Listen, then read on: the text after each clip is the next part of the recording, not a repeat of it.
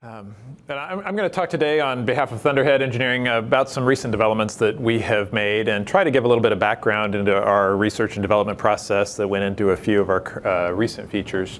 In particular, I'm going to talk about a new automated grouping mechanism that we have inside of Pathfinder, discuss a little bit about model extraction algorithm that we've just been working on this summer, and then talk a little bit about our Unified Fire and Evacuation Visualization, where we can show the fire results and evacuation results together. Just a quick update. This is basically since I spoke about this topic in 2016 in Spain. In PyroSim, we've basically kept up support for the latest releases of FDS 5.5, 5.6, or is that 6.5? As we're moving forward, we have some preview support for the upcoming geometry changes that will be in future versions of FDS. We've tried to keep up with every year the formats for AutoCAD file formats change, so we've kept up with that. Added support in PyroSim for complex reactions for FDS, and introduced our combined fire and evacuations visualization. On the Pathfinder side, we've been doing a bit more work. We've spent quite a bit of time on assisted evacuation, which I think I gave a preview on 2 years ago. But we can now have vehicular agents in the simulation which could represent a bed or a wheelchair or any number of other non-human movement agents. Refuge rooms and maximum room capacities kind of came along with that because you need somewhere for a hospital bed to go because often they're not exiting the simulation. Made a variety of simulator enhancements in general, added occupant sources, the movement groups, which I'll expand upon in a moment. A new radius reduction that's optional that can help with evacuation in tight geometry situations. Often when you model a stadium, you have these rows, and at the end it's a very narrow area that is often smaller than the shoulder width that's used as an input in Pathfinder. So we have a secondary radius to model squeezing through some smaller geometry spaces, and that's only used for geometry and not against detection with other occupants. Some extra choices on doors to help control and model some scenarios like queuing or security. You could create a door that represents a wait time, like maybe you're waiting for a bag check or something. Some other improvements in calculations and console scripting. It's kind of a low-level thing that we have, but you can, from the command line now, put together a script that will randomize and run multiple runs of Pathfinder, which helps you do things like some crude Monte Carlo simulations. Enhanced some behaviors. We've added some extra profiles and included some profile libraries with some of the common speed and other data that people tend to use, like from IMO or Fruin. Added a little bit more work on elevators, although that's something that's maybe in our future work column, is to try to figure out a more general way to model elevators while still making something useful. It's hard to get actual data from the manufacturers because it's very proprietary the way elevator algorithms work. And spend some time on the user interface just to help the user side of things. And it's a little bit easier now to re-randomize or reoccupy a room to either reduce its number of occupants or to change their location in the room. And as I mentioned, a major part of our work in the last couple of years has been to try to integrate fire visualization results with the evacuation results so that we can show them together. We have a lot of goals with that, and I'll speak a little bit to more of that in a little bit later, but essentially we've tried to work on a lot of features there as well. I'm not going to go into each one of these. I'm going to talk about it a little bit later. So I'd like to go into a little bit more detail in particular about the new grouping feature. Then I'll talk a little bit about, like I said, a model generation and the visualization project. The movement groups project, a lot of this work was actually done by a developer of ours named Pavel Janovsky, who unfortunately was hired away from us by Google earlier this year, or he would probably be here speaking just on the movement group. But we implemented a model of group movement that basically models sets of occupants that have a common goal in the simulation and controls them moving together and how they regroup and form and move through the simulation. And it also supports the automatic definition of these groups, because if you have a stadium with 20,000 or 50,000 people, you don't want to go manually set, okay, these 4 people are a family and these 2 people are a couple. And so that works with those kinds of large crowd models. And this work was presented at the PED conference just this summer in Sweden. although I think it ended up as a poster presentation. I don't know if that'll be available in the proceedings. If not, we'll have the information on our website as well. So basically, the movement model itself is a fairly simple leader-follower movement for the group.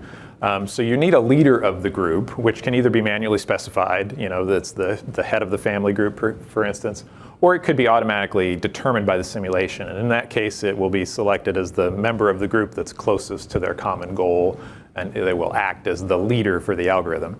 It's made up of several members and a maximum connection distance between those members, and that's user settable. There's some information out there that says it's typically, around a meter between people is how people tend to move or less. And then that distance is used in the movement algorithm. And then, as was mentioned before, the group basically has to move at the speed of the slowest member if they're going to stay together. So if it's a family group, that's going to be the speed of the children typically. And so that leads to the emergent behavior you get with group movement in that it tends to be somewhat slower. Although we find in large models that's not as large an effect as if perhaps the group has been widely dispersed and has to reform, and that creates a larger delay than the minor change in movement speeds, because often you have other elements like bottlenecks that are controlling actual evacuation time. So in our model, a group has two separate states. It can either be considered connected when all the members of the groups are together, or it could be disconnected when a certain member has exceeded the maximum distance that's been specified for the group. When that happens, the leader is identified if it hasn't already been set, and then the leader will slow down and wait, because you don't want the rest of your group to keep moving on if a straggler has been created in the group. And so there's a slowdown time parameter that's user input, and that's just to keep them from immediately dead stopping and kind of oscillating in the simulation. But once the leader comes to a stop, or as they come to a stop, the disconnected member will seek the closest connected member that they can reach within the group. And then once the group regains cohesion again and it becomes a connected state group, then it will move on again at the slowest speed of the group as before. Just to sort of visually think about this, here's an example with 4 hypothetical groups, an exit on the right side. And essentially what you have here is a connected group of 4, and this is also a connected group because they don't have to be within the maximum distance radius, just each occupant has to be within the radius from another member of the group, another connected member of the group. And here's a group where maybe there's 2 connected subsets, but the group itself is disconnected, or in this case, a single member is disconnected from the group. And then this just sort of depicts how this would move forward. If they initially start this way, these 2 groups can begin moving. And we allow the occupants to use the standard steering mode behaviors that are inherent to Pathfinder.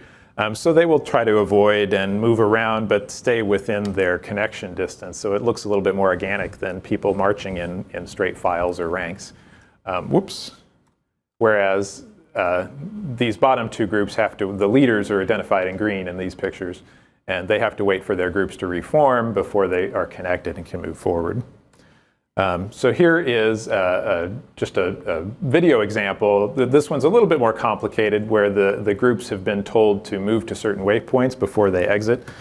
So we can see this simulation progress, and you'll see the red group try to form together and move to one location, while the green group forms and moves to the other muster location before they leave the simulation.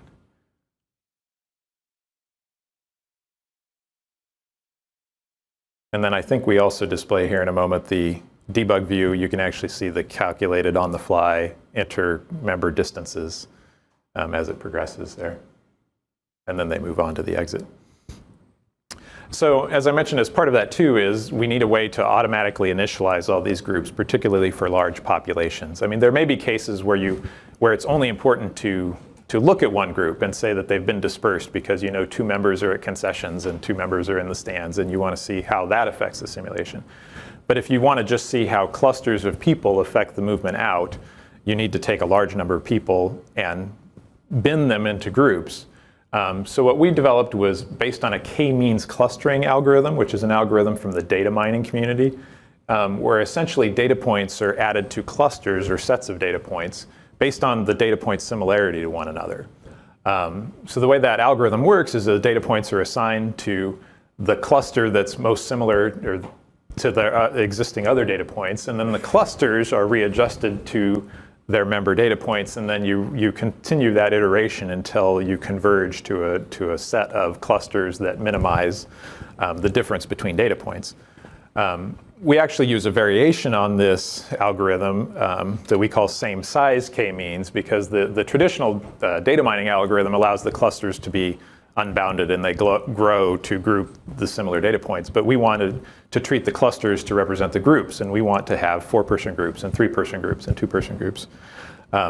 So we fix the cluster size, and then essentially you have to swap data points between groups to come up with the final clusters. And what we use as the similarity measure for the data points is essentially the distance between the members. And that can either be a straight Euclidean distance, not taking into account path length, or it could take into account the actual travel distance. So if you have two rows in a stadium, for instance, the Euclidean distance would allow them to be grouped between rows because you might be physically close, right and back of one another. Or if you limit it by travel distance, it would tend to create groups within the rows because it takes longer to walk around to the row behind. And then that can be constrained within individual rooms or by other reachability constraints. So as I said, what this does is minimizes the mutual travel distance for the members of the groups, ensures they can reach each other. Our user interface allows you to set up group membership, so you can actually create profile sets that feed into the group. So if you want to represent families, for instance, you can say that family is made up of 2 adult profile members or 2 children profile members. And then the distribution of those groups themselves can be set throughout the population. You could say like 40% of the groups are 4-person groups and 20% are 2-person groups. And this supports fairly quick creation even for thousands of occupants in the model. It only takes a matter of seconds to define the groups. Here's an example in a theater-style seating space where a portion of the population has been assigned to 4-person groups, a portion to 2-person groups, and the remainder as individual attendees. And in this case, I believe the purple are the individuals, the yellow are 2-person, and the blue are the 4-person groups. And this is the result of that k-means algorithm. And here it is shown again with just each individual group in a different color. So with that, I'm going to move on and speak a little bit about automatic model generation based on BIM data. Your first thought might be, what is BIM? Some of you may have run across that acronym or term, some of you may have not. Autodesk is heavily invested into this terminology. I put their definition from their website there. I mean, it's a little bit too meta, I think. It says that it's an intelligent 3D model-based process for architecture and construction to manage buildings. And while that's accurate, it doesn't quite give you the picture of what it really is.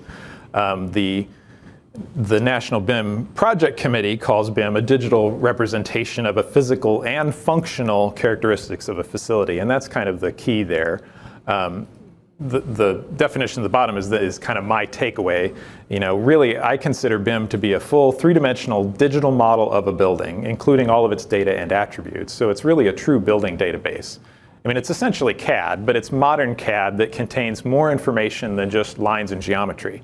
Instead of just lines that describe a window, all of those objects that are part of the window are tagged, and that it's an Anderson window with a certain model number and where it came from. And all of that information adds a lot of richness to the architectural model. And then the hope is that eventually that will spread to everybody, whether it's the mechanical contractors, plumbing, even fire protection contractors, and they can all draw from the same building database. And if anybody's run across the use of Revit, which is very common now instead of just AutoCAD, Revit is a BIM model, and depending how it's used, it can contain a lot of this information. So what we've done is, instead of our previous algorithm that used a flood fill to try to determine geometry from a CAD data to use for a Pathfinder model, we're actually trying to use this extra BIM data that's inside the building information model.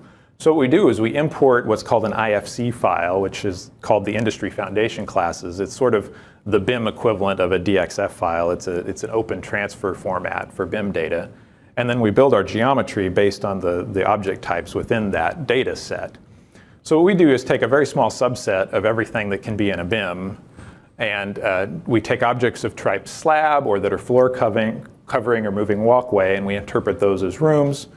doors become doors, and then stairs or escalators become stair elements in Pathfinder. And so essentially there's kind of a geometric algorithm here that tries to extract all walking surfaces from those slab types or from the stairs.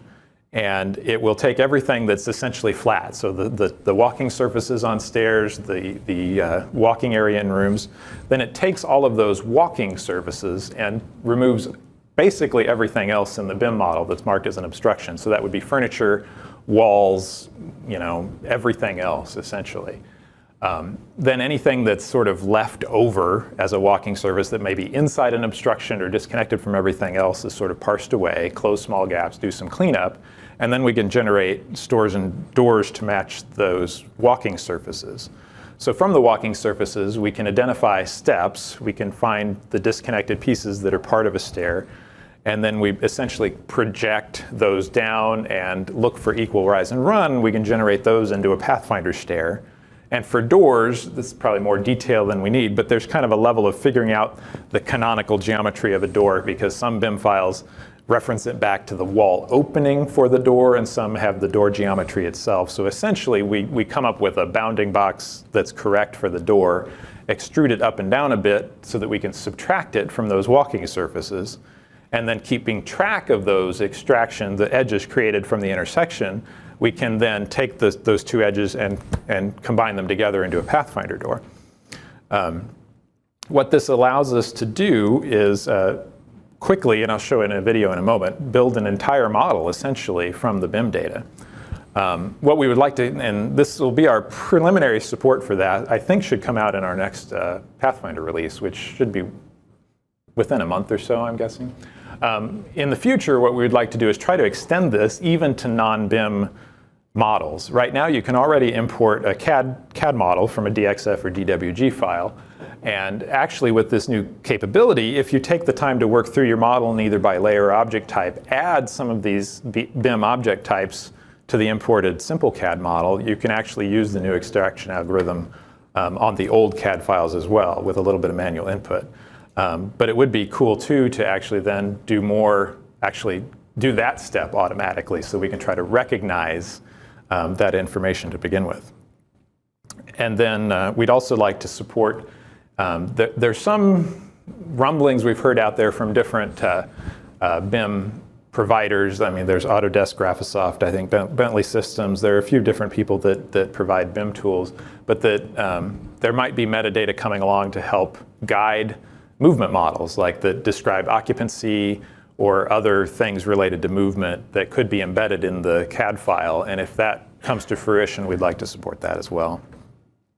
So I think this is kind of most easily seen with kind of example. First, I'll show here the way we used to do it. You had to click areas in the Pathfinder model. So this is using a flood fill. So it basically gets stopped whenever there's a closed wall or a closed door. Sometimes this will extract large walking areas. And then after you have areas to walk, you had to go through and create the connections with the doors. So it was kind of guided automation, I would say. It was a lot better than redrawing an entire floor plan without the CAD model, but it did take some user input to go through this. And after you did doors, you had to go back through and find the stairs and do the similar kind of thing. You had to use a stair tool. It's basically just a couple of clicks and you could add the stair, but we wanted to go beyond this. So next I will show the new tool under development, where essentially you just set up some parameters and tell it to extract. And then it might take a couple of minutes on a large model to work through the extraction process. But once the extraction process is done and it flows through the rest of the steps here, then what you're left with, this will hide the geometry here, or the CAD model in a second. It's already created automatically all of the walking surfaces, all of the doors, and all of the stairs inside the model with no user input at this point, purely using the BIM data. So we think this is a good step forward. It won't work perfectly on every model. You'll still have models where you have to connect things, find some little bits that are disconnected, but I think it still will save another order of magnitude of time from the user's perspective. And there's just a couple of other simple static examples here, just showing that it works, well on simple models and even short, non-obvious stairs, or more complicated stairs that need to actually have some crazy landings and things. So this is sort of pieced together with a couple of walking areas and a stair, but it still works as a connected component in Pathfinder. And similarly here is just a more complicated like cafeteria space or something with a more, where all of the walking space is properly determined based on even furniture. So with that, I have a few minutes left. I'm going to try to run through some I was hoping to have a VR demo too, but we didn't quite get all of our equipment set up for that. So maybe after lunch or this afternoon, people can come by and try out the virtual reality version of all this that I'm going to show you. Again, I mentioned a couple times the unified visualization. Our real objectives on this were for as long as we've had our occupant models moving in Pathfinder, we've wanted to be able to display the fire results with that. And we wanted to support that for large data sets, for all the FDS output types, and we primarily need it to be smooth and high frame rate, because with our goal of having VR visualization available for people, you need to be able to not make people sick and to make the VR work well, you have to have a 60 frames a second rendering to the eyes, which essentially means you have to render at 120 because you have to do the left eye and the right eye and the left eye and the right eye. So rendering things that quickly with something as complicated as a model with a few thousand occupants or with thousands of cells of data is, a computer science challenge. And there's a lot of tools out there to help make it better. And so we've spent a lot of time on optimization and performance to provide that VR capability, which is not a big thing now, but I think as things move forward in the future will be more and more common. So a big thing that supports that for us is data management. We do what's called file streaming. So essentially, an FDS data file, whether it's a slice file or plot3D file or any other data file, is essentially scanned, but instead of being loaded entirely into RAM for rendering, we only load a small window of that file at any given time, and we can stream through it. It's essentially similar to when you stream Netflix, you're only loading frames as you go. And by cataloging the file and loading small bits, we can jump around quickly. It effectively unlimits the length of the data file or the size. We can load larger amounts of files without having a memory limitation. I mean, there's still a memory limitation, but now it's how many frames can you fit into memory or how large your model is. If you had a 100 million cell model with a whole lot of output data, you could start to run into your RAM limitation, but you're not going to run into RAM limitation just because you ran the model for 10 hours instead of 1 hour. And it supports the fast load and seek, and it's done sort of asynchronously, so we can still render results and do other user interface work while the file is being streamed into memory in the background. And we tried to support as many features as we can, and hopefully some that are a little bit more novel. We've tried to provide time interpolation where we can, so perhaps you have data output like particles, for instance, that may only be once a second in your FDS output, but as you're rendering the 60 frame a second, you'd like to see them smooth, so we interpolate the data in between the data output points. We can spatially interpolate to smooth contours. We provide volumetric rendering for 3D data sets, which is just another alternative for visualizing your data that's sometimes useful. Can slice and dice any of the 3D data sets like plot3D or slice 3D data with arbitrary slices or isosurfaces. We still can display along with all this our occupant data contour output, so things like speed, density, velocity from the occupant models. And then easily create movies from this with views and tours, and essentially just say save, and it creates a Windows Media file or MP4 file. So a lot of this work is focused on performance, as I mentioned. Our graphics guy isn't here, so he would go into great detail for you, but it's sort of like the math and chemistry talks earlier. It might just sort of not be terribly interesting. But essentially what we've tried to do is improve the quality of lighting with what's called GPU shaders. A shader sounds like something that would shade something, and that's kind of how they started.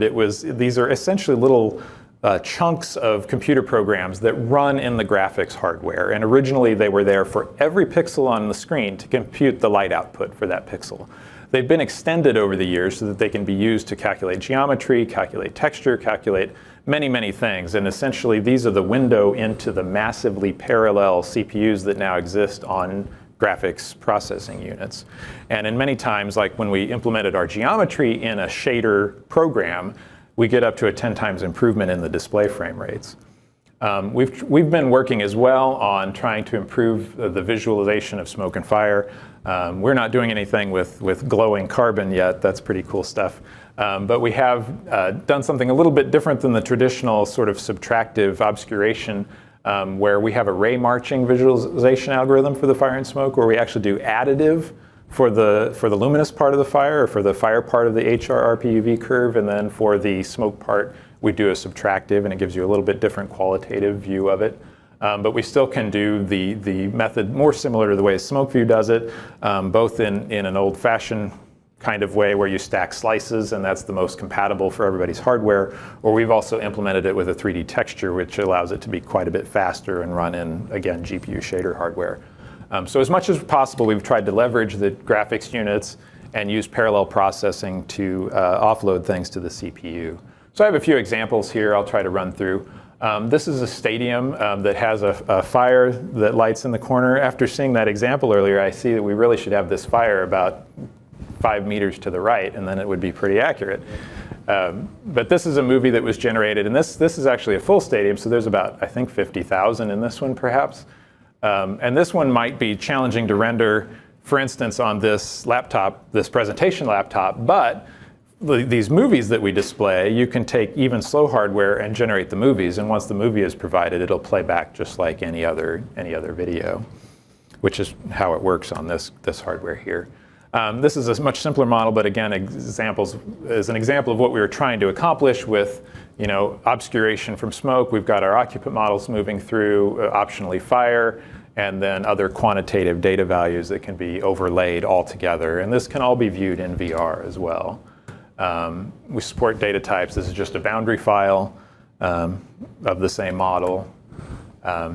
This is just an example showing that we have slice files. This is just a temperature slice that's been interpolated in space, so it's a very smooth contour.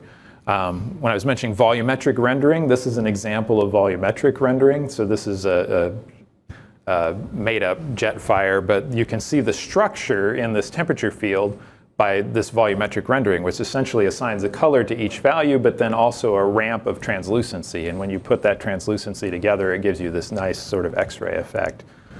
And then this is the same thing with isosurfaces, but again, these isosurfaces have varying transparency. I just said a lot of times there. This is an example of the interpolation in time. So these are particles, and you can kind of see they step through. Even though the frame rate's high here, the particles jump because that's the data rate of the information. But if we interpolate those through time, you'll see in this variant, the particles are much smoother looking as they fly through, even though it's read from the same data set. Let's see, this is an example again. This one, the video codec is having a bit of a problem, but of the ray marching algorithm that we're using to display the fire and smoke, and just that it gives a different picture than sort of the traditional two-color approach. And this is the same thing, same model again, but with the volumetric rendering again, but animated in 3D real time, which again, it gives you a pretty interesting view into the structure, and you can even start to see things that are happening that are difficult to see in the smoke by just visualizing the temperature field. So future work here, there's even more ways we can leverage the GPU, because still in many of these cases, the limiting factor is the CPU of the computer. And especially with the animated occupants, as you add occupants, that becomes a limiting factor. So as much as we can offload things from the CPU, I think we'll gain more performance. There's other things we'd like to do with the fire and smoke visualization. I think it'd be cool if the carbon stuff continues to improve to do something similar to what NIST has worked on there. But we'd also like to look at lighting the fire and smoke data from the fire itself and from outside light sources. This is an example where on the left is how it would, this is a very smoky example, but how it would be displayed traditionally, and on the right we're using the fire experimentally to light up the smoke, so it's glowing from within.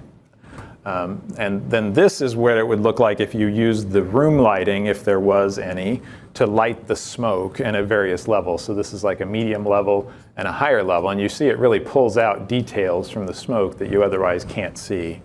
Now, this isn't really speaking to which one is most realistic, but just giving which are the options for how to qualitatively view this information. Then I have some videos just of the same thing. This is with the ambient rendering of the smoke. This is actually like a hypothetical gas pipeline jet fire, but it's not methane, it's like polyurethane or something, so it's incredibly smoky. But this is without any lighting, and then if we add lighting to the smoke, it looks significantly different and I think more interesting. So you can actually see the vortices in the smoke more with the lighting. That's all just experimental right now, and we don't have implemented anywhere, but our graphics guy gave me a couple of what it could look like examples. Like I said, I was going to do a VR demo, but we don't have that set up. So with that, I'll just let anybody ask any questions, and we'll get off to lunch.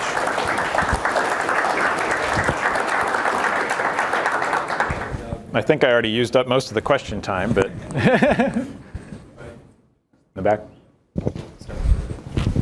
Check. Test.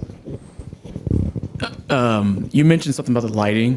Is that just like a general, we'll have lighting in the model, or can you specify where you want the lighting to be? Like, for instance, I'm thinking like with an exit sign. If I'm trying to check out tenability in a hallway and in a VR mode, if I can see the exit sign, that's kind of what dictates a lot of our exiting. And I didn't know if it's something I could specify where I wanted the lights, or if it was going to be something that's just No, general. we don't have any of that implemented right now. And even this lighting, like with the smoke, that was what we call ambient lighting, so it's lighting from all over. Okay. You know, it's a generalized light source. But we can support directional, pinpointed light sources, but we don't have. There's none of that implemented in Pathfinder right now. But it's certainly something to keep in mind. And we've thought about lit signage and or dynamic signage as future potential ideas. Cool. Well, ultimately, it looks really good. So Thanks. Yeah, thank you. There was another question down the table. So you were showing how you can combine the egress model and the fire model results. Right.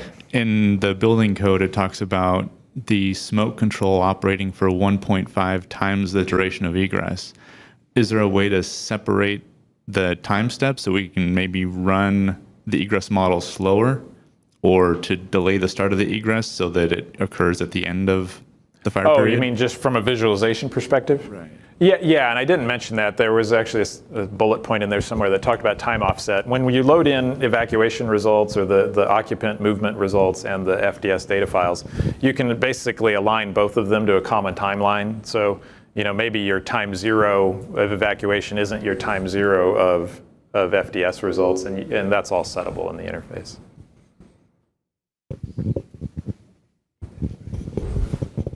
When you were talking about the group movement, you talk about common goals. Can you elaborate on that a little bit? How do you define the goals for the pedestrians? So the ultimate goal is, they all going to get out. Right. In Pathfinder, you know, it's generally a nearest exit model is the assumed behavior. So if that group of people has the same nearest exit, they could be considered in a group. Or otherwise, we have a system where you can basically set up a behavior, a scripted behavior that says this person's going to go to point A, then point B, then point C. So to add people to a group in our user interface, they have to share that same behavior or the same goal point along a behavior. So it's generally user specified and not inferred, but it can be inferred based on they're all exiting and choosing the same exit.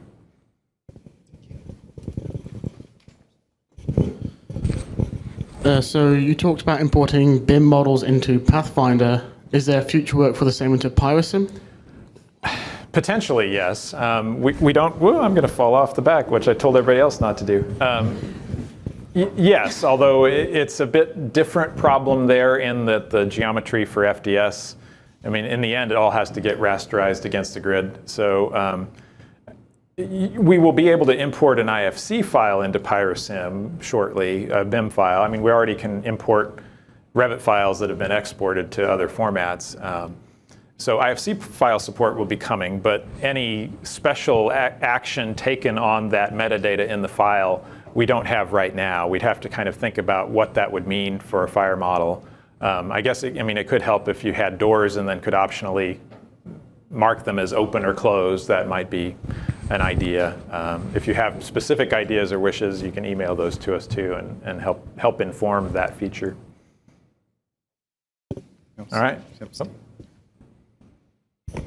Have you used the group functionality? So that, have you seen the impact it might have on, for instance, unidirectional flow?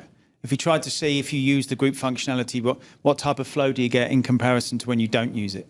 Because there have been some papers on that. Sort of. Yeah, I mean, I don't have any specific examples, and we haven't investigated deeply ourselves.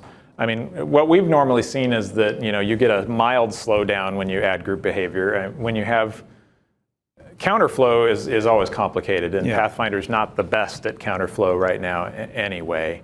But our occupants still are kind of moving individually to some degree, so they can kind of get behind one another, and lanes can form to some degree. But no, we haven't investigated it specifically. So if there's good data out there, it'd be a good validation or verification study. So. Anyone else?